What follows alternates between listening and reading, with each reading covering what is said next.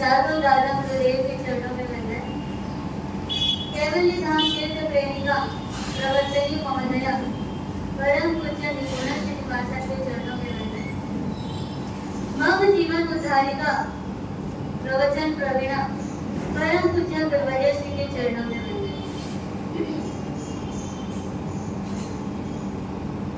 धर्म प्रेमी बंधुओं, माताओं एवं बहनों,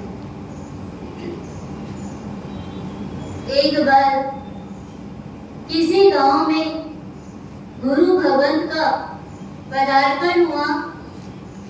पदार्पण होने के बाद गुरुदेव ने 10-15 मिनट का प्रवचन सुनाया। उस प्रवचन में रात्रि भोजन करने से क्या होता है ये बताया। उस समय एक बच्चा 10-12 साल का जैसे ही सुना, आंखों से झरझर आंसू बह रहे, शरीर कांप रहा है, वो अंदर से एकदम भयभीत हो चुका है। जैसे प्रवचन पूरा हुआ, सब लोग गए गुरुदेव के पास आकर के हाथ जोड़ करके विनती करने लगा, गुरुदेव मुझे आपसे एक प्रश्न पूछना है। गुरुदेव ने बोला, पूछो, क्या पूछना है। वो बच्चा कहता है कि गुरुदेव मैं परमात्मा का परम भक्त हूँ, मुझे परमात्मा का दर्शन किए बिना चैन नहीं मिलता, और इतना तो मैं दिन में 3 बार दर्शन करने जाता हूँ, और जहाँ पर भी कुछ भी परमात्मा भक्ति का कार्यक्रम हो, वहाँ मैं बिना बुलाए भी पहुँच जाता हूँ। जहाँ महापूजन हो, भक्ति हो, रात्रि जागरण हो, मैं हर कार्यक्रम में जाता ही हूँ। पर मैंने अभी सुना आपके प्रवचन में कि रात्रि भोजन करने वाला नरक में जाता है। नरक का नेशनल हाईवे क्या? रात्रि भोजन। जो रात्रि भोजन करता है वो कहाँ जाता है? नेशनल हाईवे सीधा कहाँ पहुंच जाएगा? नरक में। वो बच्चा जैसे सुन लिया कि रात्रि भोजन करने वाला नरक में जाता है, उसके पैर जमीन पे नहीं टिक रहे थे। मैंने तो पहले बहुत रात्रि भोजन कर लिया है, अब मुझे तो कहाँ जाना पड़ेगा? नरक में तो जाना मेरा निश्चित ही है। नरक में तो चले भी जाऊंगा क्या, पर मुझे वहां पर परमात्मा के दर्शन होंगे? नरक में चले जाऊंगा, नरक में जाना मेरा निश्चित है, क्या मुझे वहां पर परमात्मा के दर्शन होंगे?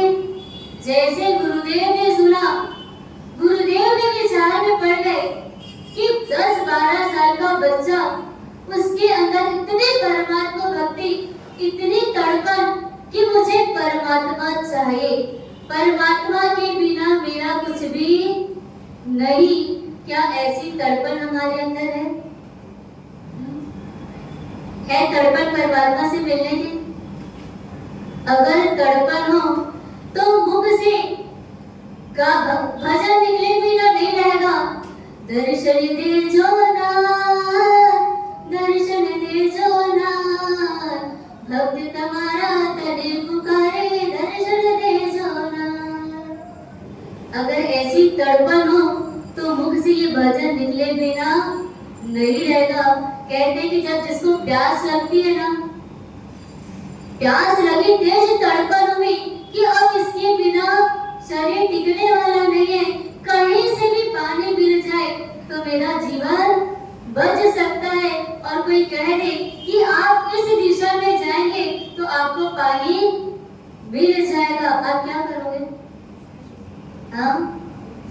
एक क्षण का विलंब किए बिना हम उस दिशा की ओर चले जाएंगे, पर हमारे भीतर अभी परमात्मा की तड़पन जागी नहीं है।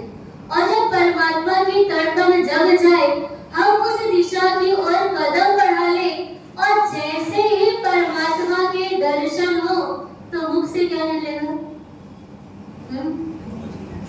आखिरी मारे प्रभु हरि खाए जे, जात मारा मुख ना दर्शन खाए जे, आखिरी मारे प्रभु हरि खाए जे।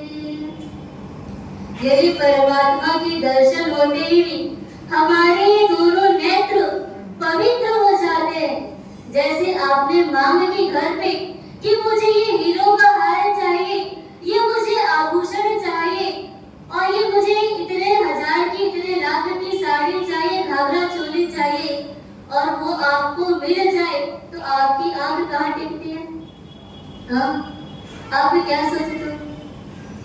आज मुझे इतनी महंगी चीज, जिस चीज की तड़पन थी, वो चीज मुझे आज प्राप्त हो गई है, और प्राप्त होते ही वैसे ही परमात्मा के दर्शन होते ही हमारे मुख से भजन निकल जाता है, और जैसे ही दर्शन होते हैं तुरंत हमारा मस्तक परमात्मा के सामने झुक जाता है, और मुख से क्या निकलता है? वंदना वंदना वंदना रे, जिन राज को सदा मोरी वंदना रे। परमात्मा के दर्शन होते ही, आंख खड़काते ही हमारे मुख से वंदना वंदना निकल जाता है।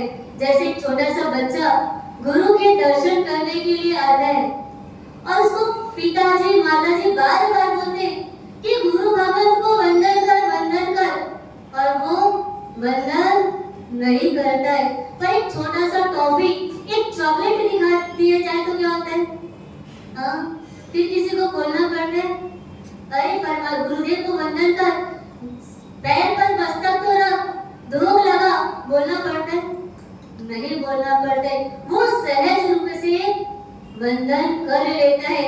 ऐसे परमात्मा के दर्शन होते ही हम सहज रूप से वंदन कर लेते हैं, और वंदन करने के बाद एक अंदर से इच्छा जागृत होती है कि ये परमात्मा को छोड़ करके मुझे किसी की शरण में नहीं जाना चाहिए, और मुख से निकलता है, जीने तोरे चरण की शरण रहूं, प्रभु जी तोरे चरण की शरण रहूं। हमारी आत्मा परमात्मा के दर्शन करते ही, वंदन करते ही, एक बार शरण में पहुंचते ही वो दिमाग में सोच लेता है कि मुझे अब किसी की शरण में जाना ही नहीं है, और एक बार शरण में पहुंच जाता है तो अपने आप को पूर्ण समर्पित कर देता है, और फिर भजन निकलता है, अब सौंप दिया इस जीवन को भगवान तुम्हारे चरणों में। ऐसे परमात्मा के दर्शन होते ही हम पूर्ण समर्पित होते हैं। क्या हम मनुष्य का भाव मिलने के बाद, अमूल्य मनुष्य का भाव मिलने के बाद हम परमात्मा को समर्पित हुए? हमारे अंदर से ये आवाज आई कि नहीं है? हाँ, आई कि नहीं है? परमात्मा के दर्शन हम कितनी बार भी कर लिए, पर वो तड़पन नहीं आती। वो बच्चे के अंदर जैसी तड़पन थी, वैसी तड़पन हमारे भीतर भी आना चाहिए, क्योंकि ये संसार सागर से तिरा सकता है तो मात्र कौन तिरा सकता है?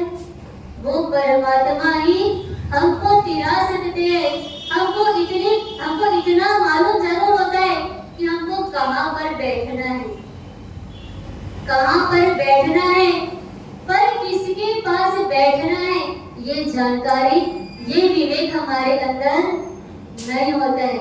कहाँ पर बैठना है, मतलब जब व्यक्ति कोई भी कार्यक्रम में जाए, चाहे शादी के फंक्शन में जाए, चाहे विहार में जाए, चाहे प्रवचन सुनने के लिए जाए, आप अचानक से यहाँ पर आओ और चेयर की थप्पी लगी हुई है, आपको दिख रहा है कि चेयर धूल से भरी हुई है, तब आप क्या करोगे? आप नए कपड़े पहन करके आए हो, व्हाइट कपड़े पहन करके आए हो, फ्रेश किया हुआ है, अब क्या बैठोगे चेयर पे? हाँ, आपको इतना विवेक जागता है कि इस चेयर पर मुझे नहीं बैठना है, क्योंकि इस चेयर पर बैठूंगा तो मेरे कपड़े गंदे हो जाएंगे। कोई भी कितना भी आपका मित्र बोले, गुरुदेव भी बोले कि कोई बात नहीं बैठ जाओ, कि तब तक कितने देर तक खड़े रहोगे? थोड़ी देर बैठ जाओगे, आपके पैर में कितना भी दर्द हो, फिर आप बैठोगे? आप दर्द सहन करोगे, पर कपड़ा खराब नहीं होना चाहिए। यदि धूल मिट्टी है तो वहां पर हमको बैठना नहीं। जगह उबड़ खाबड़ है, जगह में कंकड़ पत्थर है, तो हम उस जगह पर बैठते नहीं। पहले उस जगह की सफाई करते हैं, रुमाल हो तो रुमाल से सफाई कर लेंगे, या पैर से थोड़ा इधर उधर करके कंकड़ पत्थर हटा करके बैठेंगे, पर उस धूल मिट्टी के बीच में नहीं बैठेंगे। इतना विवेक हमारे अंदर है, पर किसके पास बैठना है वो विवेक है। हम महाभारत में दुर्योधन को देखे। दुर्योधन का पहले नाम क्या था पता है? दुर्योधन का पहले का नाम पता है? दुर्योधन का पहले का नाम था सुयोधन, पर जब वो शकुनी के बाजू में बैठा तो उसका नाम पड़ गया दुर्योधन। विचार करो कि कहां पर बैठा, किसके पास बैठा, और बैठने के बाद अभिमान आते ही, अहंकार आते ही अनेक हजारों लाखों योद्धाओं के साथ युद्ध भी छिड़ गया। हम रामायण में देखे, जब राम जी का राज्याभिषेक होने वाला था, तब कैकेयी को सबसे ज्यादा अयोध्या में प्रसन्नता थी, तो सबसे ज्यादा किसको थी? कैकेयी को थी। पर वो कैकेयी जब मंथरा के पास जाकर के बैठ गई, तब पूरा मजा, पूरा प्रसन्नता किरकिरा हो गया और वहां पर भी युद्ध छिड़ गया। हम गौतम स्वामी को देखें, इतना अभिमानी, अहंकारी होने के बाद में भी जब वो परमात्मा की शरण में आते हैं, पहले तो क्या करने आते? परमात्मा की शरण में परमात्मा को हराने के लिए आते, परमात्मा को परास्त करने के लिए आते, कि परमात्मा जैसे सर्वज्ञ, मेरे जैसे सर्वज्ञ तो कोई है ही नहीं। ये परमात्मा कौन बोलता है? ये है कौन? आखिर मुझे इसके पास जाना है। और वो अभिमान के साथ, अहंकार के साथ वो परमात्मा के पास जाते हैं, और जैसे परमात्मा के पास जाते हैं, शरण में जाते हैं, और वहीं पर अभिमान गल जाता है। यानी परमात्मा के साथ बैठते ही क्या चमत्कार होता है? क्या चमत्कार हो? अभिमान एक चुटकी में गायब। यानी मुझे ऐसे परमात्मा की शरण मिली है कि मुझे और किसी की भी शरण में जाने की आवश्यकता नहीं। वो गौतम स्वामी 50,000 केवल ज्ञानियों के ऐसे शिष्यों के वो गुरु बन जाते हैं। यानी मुख्यता किसकी होती है? हम कहाँ पर बैठे इसकी मुख्यता नहीं है, पर किसके पास बैठ रहे हैं इसकी जानकारी हमको होनी चाहिए, इसका विवेक हमको होना चाहिए। आप सोने की थाली को पीतल की थाली के साथ रख देते हो? हम सोने की थाली को पीतल की थाली के साथ थप्पी करके जमा करके रखते हो? चांदी की थाली को स्टील की थाली के साथ रखते हो? इतना विवेक जागता है, हमको ये समझ में आता है कि मूल्यवान चीज कौन सी है, किस चीज को हमको कहां पर रखना है। और एक झाड़ू भी होता है आपके घर पे, है ना, डेली यूज करते हो आप, सुबह शाम यूज करते हो। इतना उपयोगी होने के बाद में भी आप उसको कहाँ पे रखते हो? उपयोगी चीज है आपके घर की, है, जब तक वो नहीं तो आपके घर की साफ सफाई भी नहीं हो सकती। इतनी उपयोगी चीज को, वो भी दिन में 2-2 बार आप उसको उपयोग करते हो, वो चीज को आप कहाँ छोड़ते हो, कहाँ रखते हो? हाँ? दरवाजे के पीछे, गली में, सीढ़ी के किनारे में, ऐसे कहीं किनारे पे आप छोड़ देते हो कि किसी की भी नजर उस पर ना पड़े। और हीरा हो, उसको कहाँ पे रखते हो? उसको कितना यूज करते पहली बार? हाँ? वो यूज भी नहीं होता है, फिर भी रखते कहाँ पर हो? लॉकर में, तिजोरी के अंदर रखते हो, लॉक करके रखते हो, सुरक्षित रखते हो कि वो किसी के हाथ ना लग जाए। इतना उपयोगी नहीं होने के बाद में भी आप उसको तिजोरी के अंदर रखते हो, और झाड़ू उपयोगी होने के बाद में भी आप उसको किनारे पे छोड़ देते हो। यानी इतना विवेक हमारे अंदर है कि कौन सी चीज को कहाँ पर रखनी चाहिए, पर हमको कहाँ पर बैठना चाहिए, हमको कहाँ पर विराजमान होना चाहिए, इसकी जानकारी है। आपको 2-4 बार कोई गुरु भगवंत बोल दे कि भैया प्रवचन के बाद थोड़ी देर आकर के मिलना, तो आपके मन में क्या आता है तुरंत? अरे क्यों बुला रहे मुझे, कुछ नियम या तो नहीं दे देंगे? मुझे नियम से तो बहुत डर लगता है, मैं गुरुदेव के पास नहीं जाऊंगा। यानी आपको किसके लिए बुलाया, कौन बुलाया, ये आपको इसका विवेक नहीं होता। और आप गुरुदेव से, वो नियम से आप कहाँ चले जाते हो? पीछे चले जाते हो। एक बार एक मछुआरा तालाब के पास जाता है, जाल लेकर के जाता है, और देखता है कि उस तालाब में बहुत सारी मछलियां हैं। वो प्रसन्न हो जाता है कि मैं एक बार जाल फेंकूंगा ना, तो बहुत सारी मछलियां मेरे अंदर, मेरे जाल में फंस जाएगी। और वो तालाब के पास जा करके अपना जाल जोरदार ऊपर फेंकता है, और जैसे फेंकता है, जल में बहुत सारी मछलियां थी, उसमें से एक मछली थी जो वो मछुआरे के पैर के पास आकर के रुक जाती है, और बाकी की मछलियां मछुआरे को देख करके तो उससे दूर भागती है। जैसे दूर भागी, मछुआरे ने जाल फेंका और वो जाल में मछलियां फंस गई। अब जैसे जाल में फंसी, अब क्या हुआ? अंदर से भयभीत होने लगी, किलबिलाने लगी, परेशान होने लगी, रोने लगी। वो जो मछुआरे के पैर के पास जो एक मछली है, उसको कहती है कि हे बहन, तूने ऐसा कौन सा काम किया? तू मछुआरे के पैर के पास जाकर के तू बच गई, और तू जल में खिलखिला रही है, और हम जाल में बिलबिला रहे हैं, हम रो रहे हैं।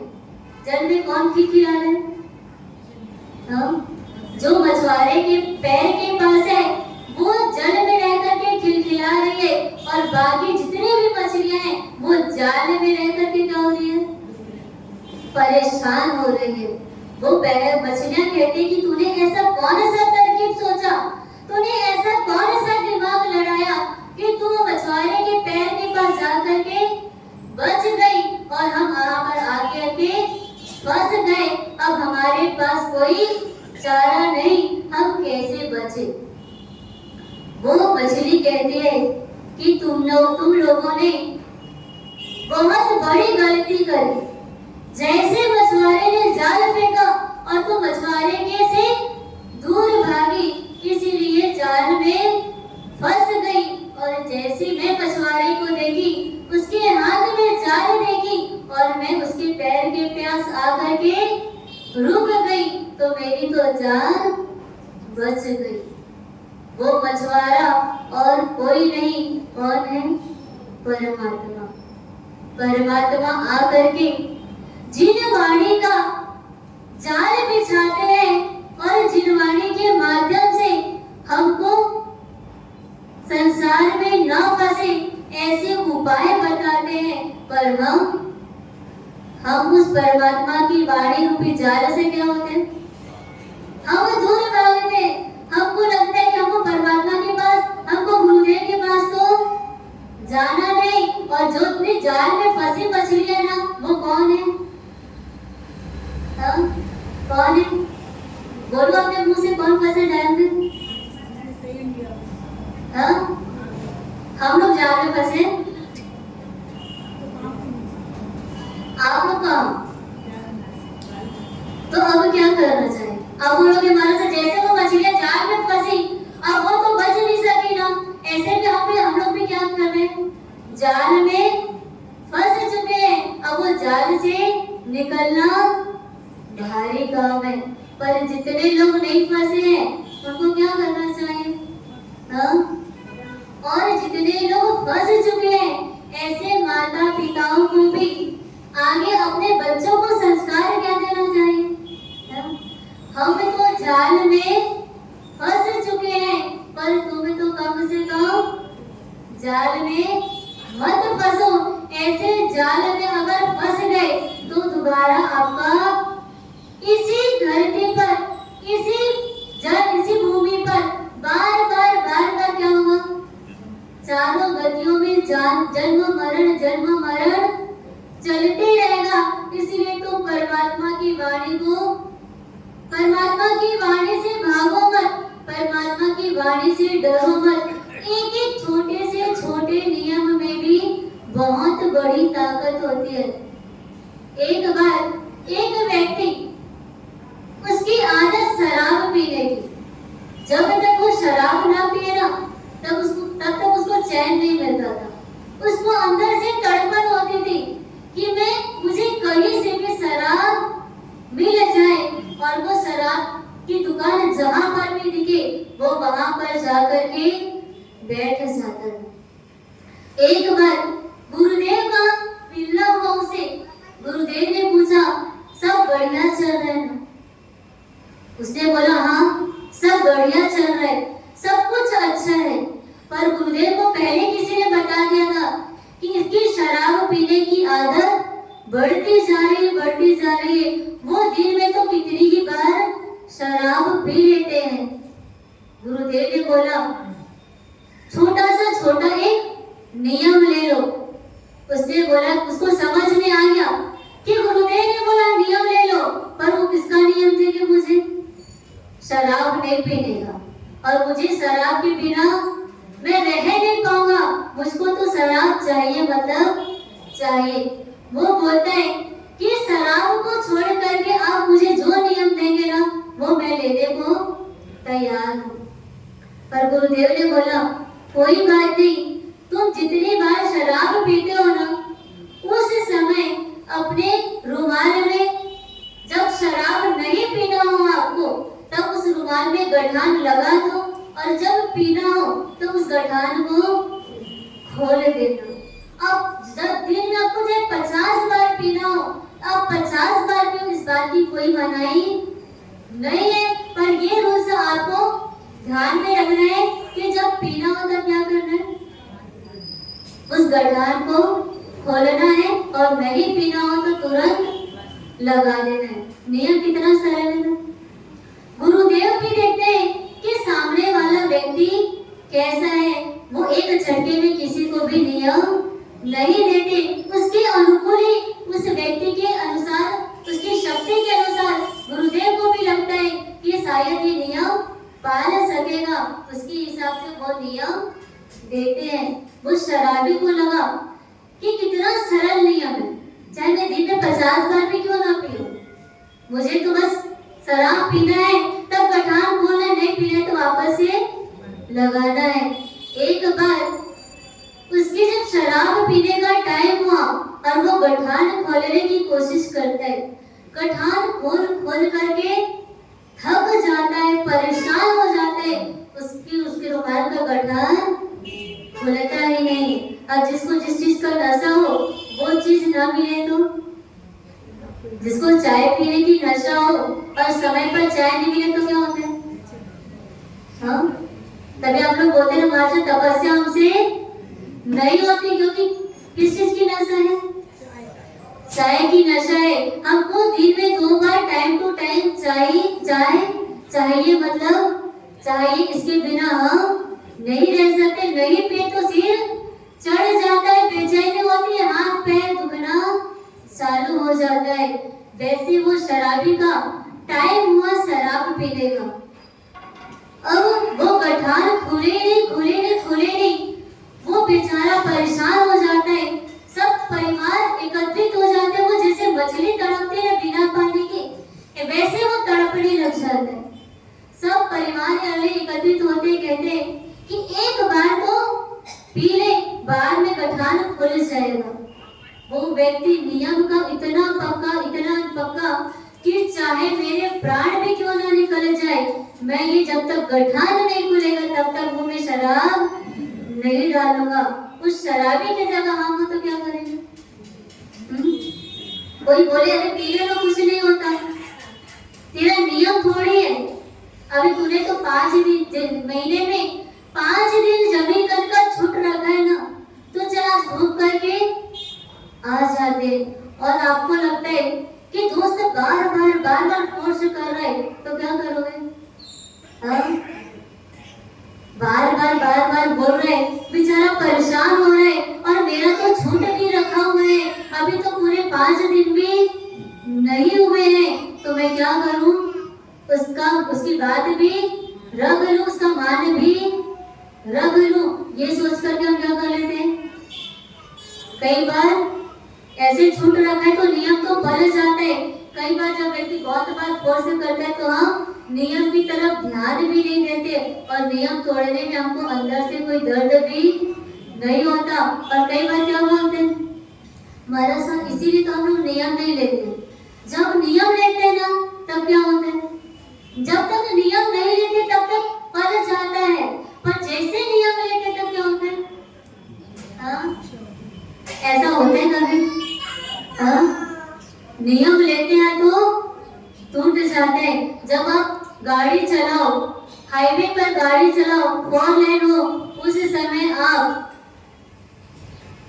बिना क्या बोलते इसको, बिना लाइसेंस के आप गाड़ी चला रहे हो और आपको पता नहीं कि गाड़ी किधर से चलानी चाहिए, आप उल्टी दिशा में गाड़ी चलाओ तो क्या होगा?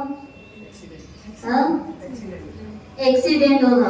और एक्सीडेंट होने के बाद में भी सामने जब पुलिस खड़ी हो ना, पुलिस भी क्या करेगी? फाइन लगाएगी। आपको पता होना चाहिए कि गाड़ी किधर से चलानी चाहिए, आप कितना भी उसके सामने हाथ जोड़ो, भैया मुझे पता नहीं कि किधर से गाड़ी चलानी चाहिए, वो मानेगा? वो सुनेगा की बात? आपको वहां पर फाइन देना ही पड़ता है। वहाँ के रूल्स रेगुलेशन को आपको फॉलो करना ही पड़ता है। आप अपने घर से जब कभी बाहर जाओ तो घर पर लॉक लगाता भी नहीं लगाते? हाँ, कि बिना लॉक लगाए आ जाते? क्यों लगा कर क्या आता? हाँ, सेफ्टी के लिए, कि घर पर कोई घुस ना जाए, कोई अंदर की संपत्ति को लेकर के चले ना जाए। पर गुरुदेव जब बार बोलते हैं कि आप एक छोटा सा नियम ले लो ताकि आपके अंदर की जो संपत्ति है उसको कोई चुरा करके ले ना जाए, पर आप क्या बोलते हो? हमारा सा नियम अगर तो हमसे नहीं पड़ेगा। वो घर की चिंता है, वो घर पर आप ताला लगा करके आ सकते हो, पर हम यहाँ पर जन्म मरण के बंधन को तोड़ने के लिए अगर आपको छोटा सा नियम लेने बोले तो वो नियम भी कैसा लगता है? वो छोटा सा नियम भी पर्वत के जैसा लगता है।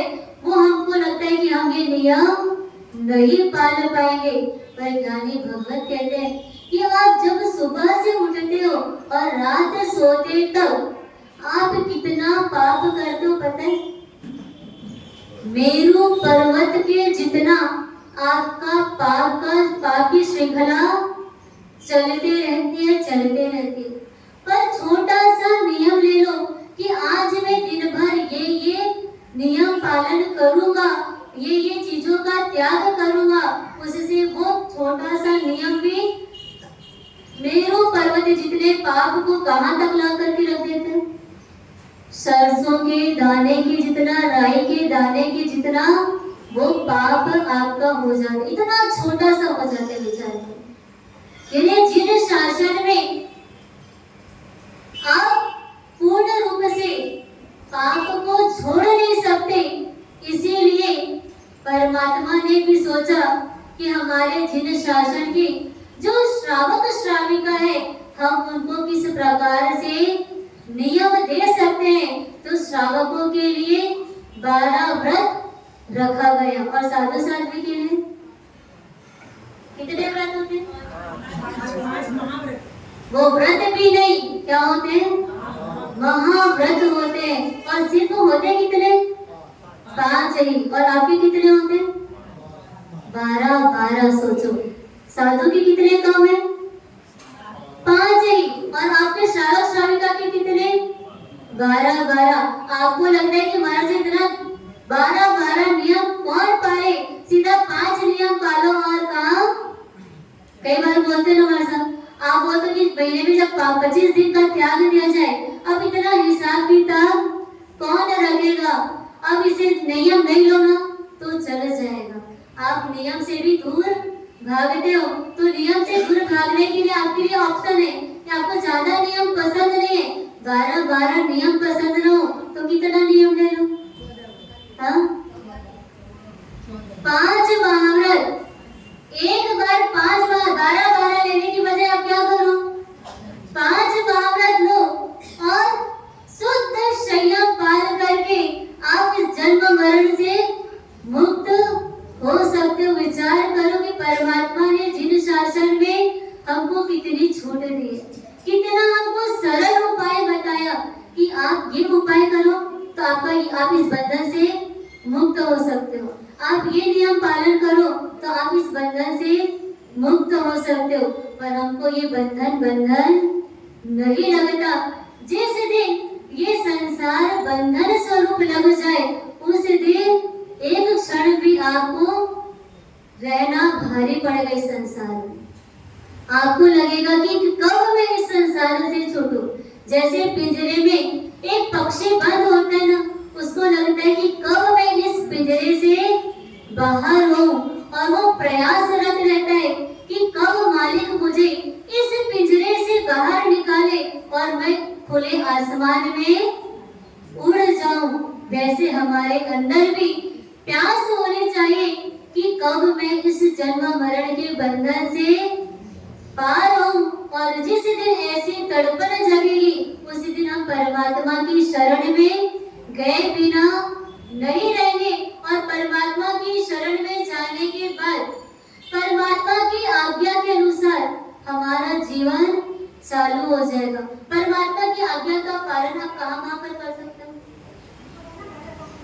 हाँ, सिर्फ प्रवचन में बैठे वहीं तक ही परमात्मा की आज्ञा का पालन हो सकता है। हाँ, जैसे आप घर पे खाना खाते हो ना, उसको पचाने के लिए कहाँ जाते हो? हाँ, कुछ जगह कोई रूम फिक्स है कि इस रूम में ही बैठेंगे, बेडरूम में बैठेंगे तो ही हमारा खाना खाया हुआ पचेगा। हम इस जगह पर ही जाएंगे तो टीवी के सामने सोफे पे बैठेंगे तो ही हमारा खाना खाया हुआ पचेगा। ऐसी कोई जगह फिक्स है? आप खाना खाओ, उसके बाद आप कहीं पर भी घूमते हो, वो खाना खाया हुआ अंदर पचने का काम चालू होता है। वैसे ही परमात्मा की जिन वाणी सुनने के लिए कौन से स्थान है? उपाश्रय। आपने उपाश्रय में जिन वाणी सुनी और उसको पचाने का स्थान कहाँ पर है? किसी को यहीं पर बैठे तब आपको लगेगा सच में महाराज कितनी बार बोलते कि मनुष्य जन्म बार नहीं मिलेगा। अब मैं एक भी काम ऐसा नहीं करूंगा जिससे मेरा कर्म का बंद होगा। अब मैं हमेशा कर्म बंधन से मुक्त होने का ही प्रयास करूंगा। एकदम अंदर से एक झटका लगता है, और वो भी किसी तरह बिजली कैसे चमकती है। बस वही एक क्षण अंदर से झटका लगता है कि अब मुझे वैसा जीवन, पुराना जीवन जैसा जीवन नहीं जीना है। अब तक मैंने जो जिया वो जिया, पर अब जीवन में कुछ परिवर्तन करना है। जैसे आपकी दुकानदारी में आपने साल भर जो भी आपने मेहनत की, जितना आपको प्रॉफिट हुआ, नेक्स्ट ईयर क्या करते हो आप? उतना ही प्रयास करते हो। हाँ, आपने सोचा था कि इस साल मुझे 5 करोड़ की प्रॉफिट होनी चाहिए, और वो 5 करोड़ आपको मिल गया। जितना सोचा था उतना आपको मिल गया। नेक्स्ट ईयर क्या करोगे? हाँ, आप मन में आपके संकल्प, आपके विचार में कुछ परिवर्तन आएगा कि नहीं आएगा? हाँ, अरे मैं इस बार इतनी मेहनत किया था और मैंने जितना सोचा था उतना तो मुझे मिल ही गया। अब नेक्स्ट ईयर मैं क्या करूंगा? इससे डबल मेहनत करूंगा। 5 करोड़ की जगह 7 करोड़, 10 करोड़ मैं कमा करके दिखाऊंगा। उसके लिए मुझे कितनी भी मेहनत क्यों ना करनी पड़े, चाहे मुझे रात्रि जागरण भी करना पड़े, चाहे मुझे दिन भर खड़े भी रहना क्यों ना पड़े, मैं हर काम करने को तैयार हूँ। मैं शारीरिक संबंधों को भी नहीं निभाऊंगा, पर मैं बिजनेस में ज्यादा मेहनत करूंगा और मैं इतना रुपए कमा करके दिखाऊंगा। आपने मन में संकल्प किया ना, और मन के संकल्प को आप उस समय क्या कर लेते हो? उस संकल्प को पूरा करने का प्रयास करते हो। पर धर्म के बारे में जब पुरुषार्थ करने की बात आती है तब क्या नहीं करते? मदरसा ये तो हमसे नहीं हो पाएगा। पर कोई भी चीज ऐसी नहीं है कि आप चाहो और वो ना हो सके, पर एक अंदर की चाह होनी चाहिए। जिस व्यक्ति के अंदर चाह होती है तो राह सामने दिख ही जाता है और उस राह की ओर व्यक्ति आगे बढ़ ही जाता है। हमको कभी भी अपने मन की, जहाँ धर्म की बात हो वहाँ पर कभी भी मन की सुनना नहीं, क्योंकि मन हमेशा क्या करता है धर्म के कार्य में? अरे अभी नहीं ये काम नहीं कर लो, अभी थोड़ा बिजनेस का काम कर ले, अभी घर में कोई मेहमान आएगा उसको तू देख ले, घर पे रसोई बनाना है, घर पे मिठाई बनाना है, अभी तेरे को घूमने जाना है। धर्म के काम तो क्या है? मदरसा तो कहाँ पे रहने वाले? मदरसा कहाँ पे रहने वाले? अभी तो 4 महीने के लिए आए, अभी तो 1 महीना हुआ है। अभी कितने महीने रहने वाले यहाँ पे? हाँ, 3 महीने रहने वाले। उसके बाद हम सब धर्म का काम कर लेंगे। पर आपको पता है एक एक दिन कैसे निकल रहे? हाँ, एक एक दिन जैसे बोलते ना अंजलि में, हाथ में अगर जल डाले और एक एक बूंद जैसे रिसते जाता है, वैसे हमारे एक दिन व्यतीत होते जा रहे हैं। हमारी उम्र भी निकलते जा रही। अब हमारी उम्र कितनी बची हमको नहीं पता। हम इतना मान के चले कि हम बोनस की जिंदगी जी रहे, अंदर से ये होना कि हम बोनस की जिंदगी जी रहे, तो व्यक्ति धर्म कार्य में जुड़ जाता है और वो धर्म कार्य में डबल दुगुना चौगुना उतनी मेहनत वो करता है और सोचता है कि मुझे अब दोबारा जन्म नहीं लेना, मुझे वापस किसी के गर्भ में वो 9 महीने का दुख सहन नहीं करना है। मुझे परमात्मा जहाँ पहुँचे हैं उस परमात्मा की जगह पर उनकी शरण में पहुँचना है, उस शाश्वत घर पर पहुँचना है जहाँ से मुझे कोई निकाल ना सके। ऐसी प्रार्थना और ऐसा पुरुषार्थ हम भी करें, आप भी करें। इन्हें सुभाव प्रभु मुझको मार्ग दिखा, पाऊं मैं कैसे तुम्हारी दशा। प्रभु मुझको मार्ग दिखा, पाऊं मैं कैसे